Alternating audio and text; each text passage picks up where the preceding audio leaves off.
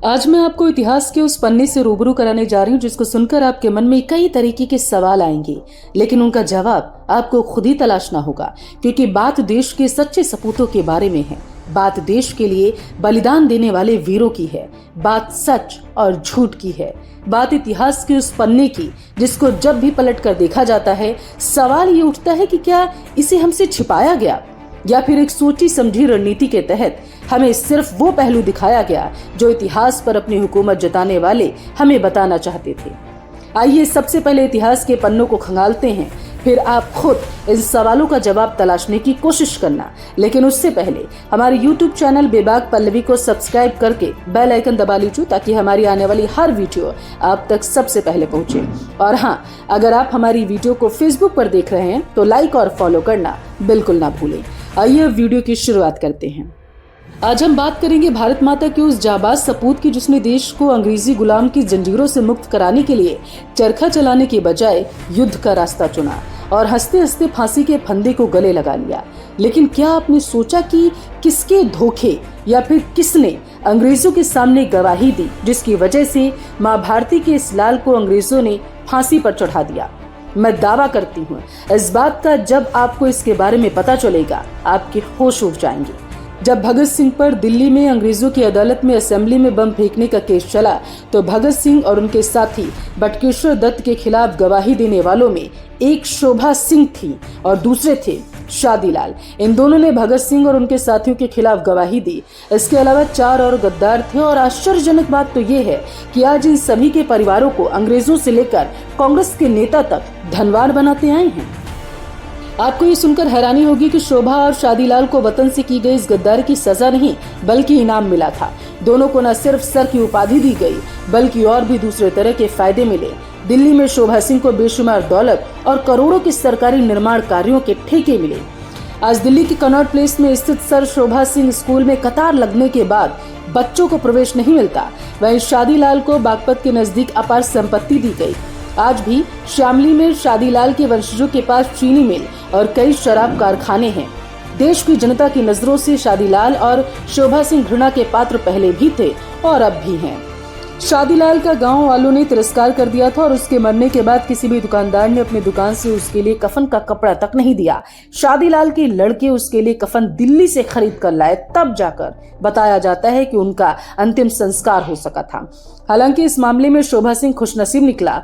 उसे और उसके पिता सुजान सिंह को राजधानी दिल्ली समेत देश के कई हिस्सों में हजारों एकड़ जमीन मिली और खूब पैसा मिला। बता दें कि उसके नाम पर पंजाब में कोट सुजान सिंह गांव और दिल्ली में सुजान सिंह पार्क भी नाम है। वहीं शोभा सिंह के बेटे खुशवंत सिंह ने शौकिया तौर पर पत्रकारिता शुरू करके बड़ी बड़ी हस्तियों से संबंध बनाना शुरू किया। इसके अलावा शोभा सिंह के नाम से एक चैरिटेबल ट्रस्ट भी उसने बनाया। खुशवंत सिंह ने खुद को इतिहासकार साबित करने की कोशिश की और कई घटनाओं को अपने ढंग से व्याख्या भी की।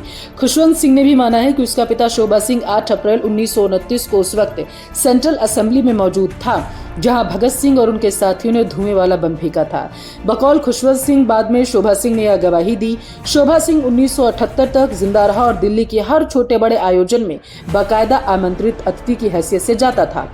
हालांकि उसे कई जगह पर अपमानित भी होना पड़ा, लेकिन उसने और उसके परिवार ने कभी इसकी फिक्र ही नहीं की।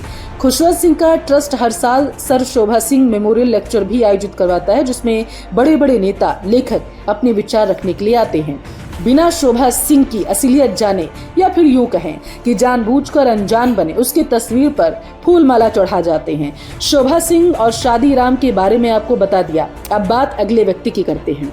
व्यक्ति मैंने इसलिए बोला क्योंकि इन्हें गद्दार बोलना है या फिर नहीं ये मैं आप पर छोड़ती हूँ। खैर, बात दीवान चंद फोगाट की करते हैं। दीवान चंद फोगाट DLF कंपनी का फाउंडर था। इसने अपनी पहली कॉलोनी रोहतक में काटी। इसकी इकलौती बेटी थी जो कि KP सिंह को ब्याही गई और वो मालिक बन गया DLF का। इसका नाम तो आपने सुना ही होगा ना। अब KP सिंह की भी इकलौती बेटी है जो कि कांग्रेस के नेता गुलाम नबी आजाद के बेटे सज्जाद नबी आजाद के साथ ब्याही गई।